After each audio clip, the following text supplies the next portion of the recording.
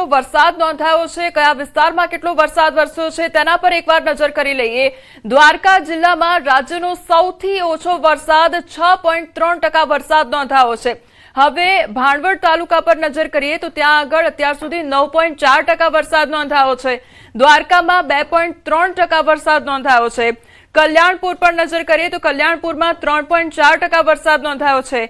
ખંભાળિયામાં 9.5% વરસાદ નોંધાયો છે। એટલે દ્વારકાની ખાસ કરીને વાત કરવામાં આવે તો 6.3% વરસાદ નોંધાયો છે અને તે સૌથી ઓછો વરસાદ નોંધાયો છે। તેના કારણે ખેડૂતો દ્વારા હવે દ્વારકાને દુષ્કાળગ્રસ્ત જાહેર કરવા અંગે માંગ કરવામાં આવી રહી છે।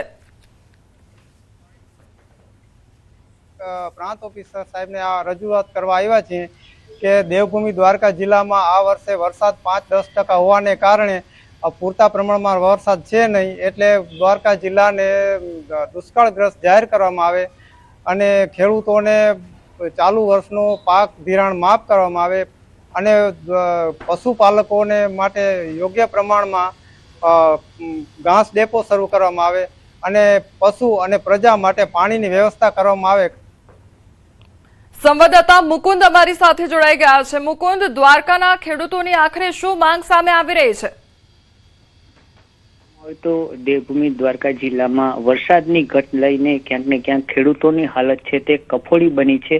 દેવભૂમિ દ્વારકા જિલ્લામાં હજુ કેટલાય વિસ્તારમાં વાવણી લાયક વરસાદ પણ નથી થયો, ત્યારે દ્વારકા જિલ્લાના ખેડૂતો જે દુષ્કાળગ્રસ્ત જાહેર કરવાની માંગ સાથે દ્વારકા પ્રાંત અધિકારીને આવેદનપત્ર આપવામાં આવ્યું હતું, સાથે કિસાન સંઘ પણ જોડાયું હતું। ત્યારે વાત કરીએ તો કલ્યાણપુર અને જે દ્વારકા ઓખા મંડળ સહિતનો વિસ્તાર છે, આ વિસ્તારમાં બિલકુલ વરસાદ નહીવત વરસ્યો હતો અને ખેડૂતોના જે મગફળીના બિયારણ છે તે પણ વાવી નથી શક્યા। ત્યારે દ્વારકા જિલ્લાને દુષ્કાળગ્રસ્ત જાહેર કરવો તેમજ દ્વારકા જિલ્લાના પશુપાલકો માટે ઘાસચારાની વ્યવસ્થા કરવી તેમજ પાણીની વ્યવસ્થા કરવી અને દેવા માફીની જે માંગ છે તે માંગને લઈ દ્વારકા પ્રાંત અધિકારીને હાલ ખેડૂતોએ આવેદનપત્ર આપ્યું છે। જી મુકુંદ, જે પ્રમાણે 3 માંગો મૂકવામાં આવી છે, એક તરફ દુષ્કાળગ્રસ્ત જાહેર કરવાની માંગ, દેવા માફીની માંગ, પાણીની કાયમી વ્યવસ્થાની માંગ, એટલે આ તમામ માંગો મૂકવામાં આવી છે। જો માંગ સ્વીકારવામાં નહીં આવે, તે અંગે કામ નહીં થાય તો આગામી સમયમાં ખેડૂતો દ્વારા શું કામ કરવામાં આવશે? જી, વાત કરવામાં આવે તો દેવભૂમિ દ્વારકા જિલ્લામાં વરસાદની ઘટને લઈ ક્યાંક ને ક્યાંક ખેડૂતોમાં નારાજગી જોવા મળી રહી છે। ખાસ કરીને નર્મદાના પાણીની ખેડૂતો માંગ કરી રહ્યા હતા। હજી સુધીમાં દ્વારકા જિલ્લામાં જે ગ્રામ્ય વિસ્તારમાં નર્મદાનું પાણી પણ નથી પહોંચ્યું, ત્યારે આ મામલે ખેડૂતોમાં રોષ જોવા મળ્યો હતો। થોડા દિવસ પહેલા દ્વારકા જિલ્લાના કલ્યાણપુર અને ખંભાળિયા તાલુકાના ગ્રામ્ય વિસ્તારના ખેડૂતોએ પણ નર્મદાના પાણીની માંગ કરી હતી, પરંતુ હજી સુધી પાણી પણ નથી આવ્યું, ઘાસચારાની વ્યવસ્થા પણ કરવામાં નથી આવી। ત્યારે આ મામલે ખેડૂતોએ પણ ચીમકી ઉચ્ચારી હતી કે જો અમારી માંગ સ્વીકારવામાં નહીં આવે તો આગામી દિવસોમાં ઉગ્ર આંદોલન પણ કરશું। જી મુકુંદ, સમગ્ર માહિતી બદલ આપનો આભાર।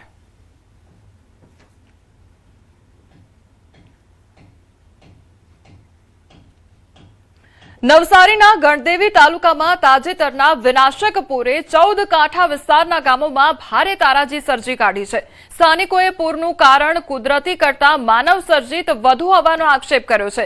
અંદાજે 5500 એકર વિસ્તારમાં આવેલા 146 જેટલા ગેરકાયદેસર ઝીંગા તળાવો અને અન્ય દબાણો દૂર કરવાની માંગ કરવામાં આવી રહી છે, તો 1200 થી વધુ પૂર પીડિતો કલેક્ટર કચેરીએ પહોંચ્યા હતા। તળાવો દૂર નહીં કરાય તો ગાંધી ચિંધ્યા માર્ગે ઉગ્ર આંદોલનની ચીમકી પણ ઉચ્ચારવામાં આવી છે। તો બીજી તરફ તંત્ર તરફથી વહેલામાં વહેલી તકે કામ કરવામાં આવશે તેવું આશ્વાસન કલેક્ટર દ્વારા આપવામાં આવ્યું છે।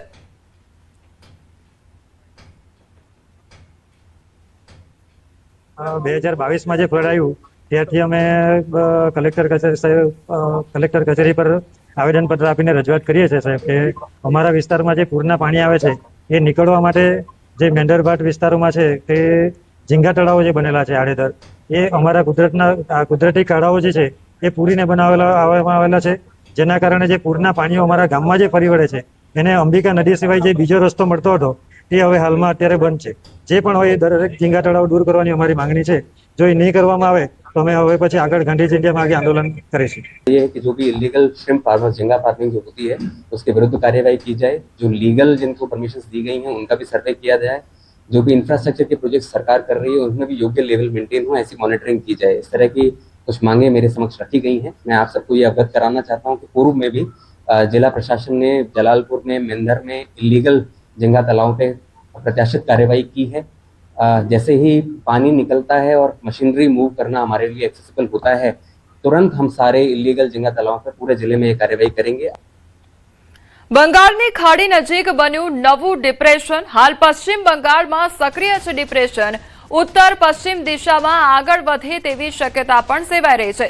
24 કલાકમાં ઝારખંડ નજીક પહોંચી શકે છે આ ડિપ્રેશન. ત્યારબાદ આ સિસ્ટમની દિશા કેવી રહેશે તેના પર સૌ કોઈની નજર જોવા મળી રહી છે. ત્યારે શું આ ગુજરાતના વિસ્તારોમાં આ સિસ્ટમની અસર જોવા મળશે કે નહીં તે પણ સિસ્ટમ ગુજરાતની કેટલી નજીક આવશે તેના પર આધાર રાખે છે. ગુજરાતમાં ખાસ કરીને પશ્ચિમ સૌરાષ્ટ્ર અને કચ્છના વિસ્તારો સારા વરસાદની આશા રાખીને બેઠા છે અને વરસાદી સિસ્ટમ ગુજરાત પર આવે તેવી પ્રાર્થના પણ કરી રહ્યા છે.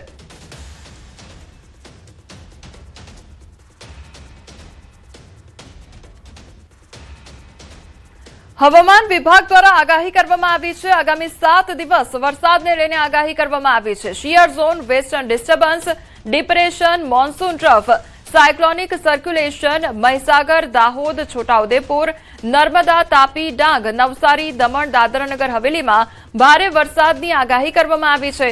તો અન્ય જિલ્લામાં સામાન્યથી મધ્યમ વરસાદની આગાહી કરવામાં આવી છે. અમુક વિસ્તારમાં થંડરસ્ટ્રોમ એક્ટિવિટી પણ રહેશે તે પ્રકારની આગાહી પણ કરવામાં આવી છે. जो फोरकास्ट दिया गया है, आज गुजरात रीजन में ज़्यादातर स्थान में हल्का से मध्यम बरसात का संभावना रहेगा। कल से लेकर 14 से लेकर 19 अगस्त तक इसमें हल्का से मध्यम बरसात का संभावना रहेगा, लेकिन इंटेंसिटी थोड़ा कम हो जाएगी। इसमें कई स्थानों से लेकर अनेक स्थानों में हल्का से मध्यम बरसात का संभावना रहेगा। और जो सौराष्ट्र कच्छ में आज कई स्थानों से इक्का दुक्का स्थानों से लेकर कई स्थानों में हल्का से मध्यम बरसात का संभावना रहेगा अगले 7 दिन के लिए। और आज हेवी रेनफॉल का वार्निंग इक्का दुक्का स्थानों में दिया गया है गुजरात रीजन में। इसमें मेनली जो जिला रहेगा, जो पूर्वी भाग की जिला है और दक्षिण भाग की जो जिला है, इसमें जो जिला आ रहा है महीसागर, दाहोद, छोटाउदेपुर, नर्मदा, तापी, डांग, नवसारी, वलसाड, दमन, दादरा नगर हवेली के लिए दिया गया है येलो वार्निंग के साथ हेवी रेनफॉल वार्निंग। તો હવામાન નિષ્ણાંત અંબાલાલ પટેલ દ્વારા પણ મોટી આગાહી કરવામાં આવી છે. આગામી 24 કલાકમાં રાજ્યમાં હળવો વરસાદ વરસી શકે છે. ઉત્તર ગુજરાતમાં બનાસકાંઠા, સાબરકાંઠામાં વરસાદ વરસી શકે છે. તો 15 ઓગસ્ટ સુધીમાં બંગાળના ઉપસાગરમાં ભેજનું પ્રમાણ વધશે. મધ્યપ્રદેશમાં અતિભારે વરસાદ વરસી શકે છે. નર્મદા નદીનું જળસ્તરમાં વધારો થશે. તો મધ્ય ગુજરાતમાં અમદાવાદ, વડોદરા, ગાંધીનગરમાં પણ વરસાદ વરસી શકે છે. ગુજરાતમાં લગભગ સિસ્ટમ તો રાજસ્થાન તરફ જઈ છે, પરંતુ એક ટ્રફ રેખા બની છે નાની, અને બીજો એક રેખા લગભગ અરબ સાગરથી સીધી જ બંગાળ ઉપસાગર સુધીમાં એક બીજી અન્ય ઉપલા લેવલની રેખા બનવાની છે, વાદળાના સમૂહની બનેલ છે. જોકે આ રેખા તો ધીરે ધીરે ઘટતી જશે અને ટ્રફ જે છે મોન્સૂન એ ધીરે ધીરે ઉપર જતું જશે, એટલે દેશના ઉત્તરીય પૂર્વીય ભાગોમાં ભારે વરસાદની શક્યતા રહેશે. સૌરાષ્ટ્રવાસીઓ માટે સારા સમાચાર સામે આવ્યા છે. કોરા ધાકોર વિસ્તારમાં વરસાદ વરસી શકે છે. 28 ઓગસ્ટ બાદ સૌરાષ્ટ્રના વિવિધ ભાગમાં વરસાદની શક્યતા વ્યક્ત કરવામાં આવી છે. દ્વારકા, પોરબંદર, જામનગરમાં વરસાદી ઝાપટા પડી શકે છે. તો દક્ષિણ ગુજરાતમાં પણ વરસાદી ઝાપટા પડી શકે છે. ઓગસ્ટ માસમાં તાપી નદીનું જળસ્તર વધી શકે છે. સપ્ટેમ્બરની શરૂઆતમાં અરબ સાગરમાં એક સિસ્ટમ બનવાની શક્યતા છે. આ વરસાદ તો જો કે ગુજરાતના ભિન્ન ભિન્ન ભાગોમાં ચાલુ જ રહેશે. હમણાં ઉત્તર સૌરાષ્ટ્રના ભાગો, દક્ષિણ સૌરાષ્ટ્રના કોઈ ભાગો, દક્ષિણ ગુજરાતના ભાગોમાં, પરંતુ જે ઓગસ્ટના અંતમાં અને સપ્ટેમ્બરના શરૂઆતમાં એક અરબ સાગરમાં પણ હલચલ જોવા મળશે. પશ્ચિમ સૌરાષ્ટ્રમાં હજુ વરસાદ નહીવત છે. દ્વારકાના ભાગો, પોરબંદરના ભાગો અને જામનગરના ભાગોમાં વરસાદ નહીવત છે. આ ભાગોમાં હવે શિયાળુ વરસાદ થાય તો શિયાળુ પાક સારા થઈ શકે. જોકે અન્ય ભાગોમાં પણ વરસાદની ખેંચ તો ક્યાંક ક્યાંક તો છે જ. રાજકોટના ભાગોમાં કંઈક વરસાદની ક્યાંક ખેંચ છે. તો તો વરસાદ વચ્ચે ભારે ગરમીની આગાહી પણ કરવામાં આવી છે। 17 થી 19 ઓગસ્ટમાં ગુજરાતનું હવામાન પલટાશે। 13મી સપ્ટેમ્બરથી ગરમી પડવાની શક્યતા વ્યક્ત કરવામાં આવી છે। 23 સપ્ટેમ્બરે ભારે ગરમી પડવાની સંભાવના સેવાઈ રહી છે, તો અંબાજીમાં વરસાદ થવાની શક્યતા રહેશે। ભાદરવા પૂનમ સુધીમાં વરસાદી ઝાપટા પડી શકે છે। બંગાળ ઉપસાગરમાં એક પછી એક સિસ્ટમો બનતી જશે। તેમજ જોવા જઈએ તો 6 સપ્ટેમ્બરથી 9 સપ્ટેમ્બર વચ્ચે પણ વરસાદ થવાની શક્યતા રહેશે અને ત્યારબાદ લગભગ 12 સપ્ટેમ્બરથી ઘણા ભાગોમાં ભારે વરસાદ ઝાપટા પડવાની શક્યતા રહેશે।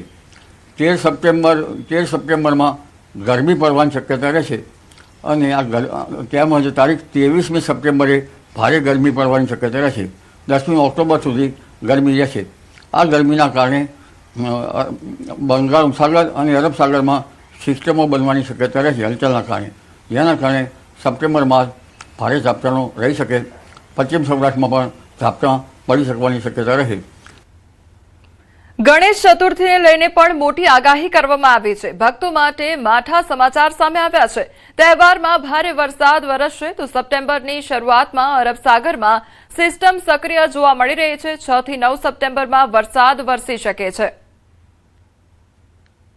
ગણેશ ચતુર્થીના જે દિવસોમાં જ વરસાદ સારો થવાની શક્યતા રહેશે। લગભગ સપ્ટેમ્બરના 8, 9, 10 સપ્ટેમ્બરથી 13, 14, 15 સપ્ટેમ્બર વચ્ચે વરસાદ થવાની શક્યતા રહેશે। એટલે શ્રાવણ વધથી ભાદરવા સુદમાં ઋષિ પંચમી સુધી વરસાદ થવાની શક્યતા રહેશે। પણ આ વખતે ગરમી પડશે। અંબાજીના ડુંગરાળ વિસ્તારમાં પણ વરસાદ થવાની શક્યતા રહેશે અને અનંત ચતુર્દશી ગણેશ વિસર્જન ટાણી પણ વરસાદ થવાની શક્યતા રહેશે। ભાદરવી પૂનમના પહેલા આસપાસ પણ વરસાદી ઝાપટા પડવાની શક્યતા રહેશે।